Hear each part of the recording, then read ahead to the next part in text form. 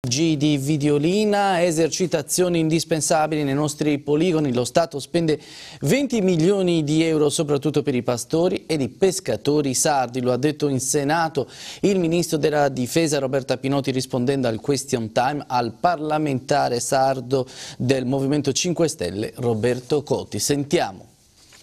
Le esercitazioni sono indispensabili, se no non si possono tenere le forze armate. Noi non possiamo mandare forze armate in territori anche difficili e pericolosi senza che queste si esercitino. E in realtà i fondi per le esercitazioni assorbono una parte significativa della parte esercizio del bilancio della difesa.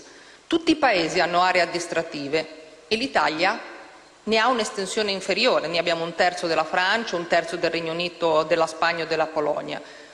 In realtà le esercitazioni si svolgono in Italia, ma anche per l'Italia si svolgono anche in altri paesi dell'Unione Europea o dell'Alleanza. In genere c'è un criterio di rotazione perché spessissimo le esercitazioni sono fatte in modo congiunto.